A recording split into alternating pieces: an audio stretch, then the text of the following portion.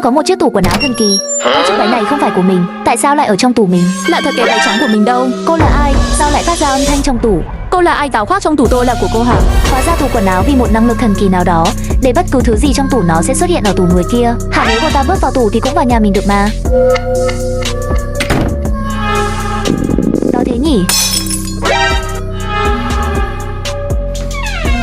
Nghe nói cô kêu đói, tôi cũng vừa mua 2 hộp chân gà cho cô 1 hộp.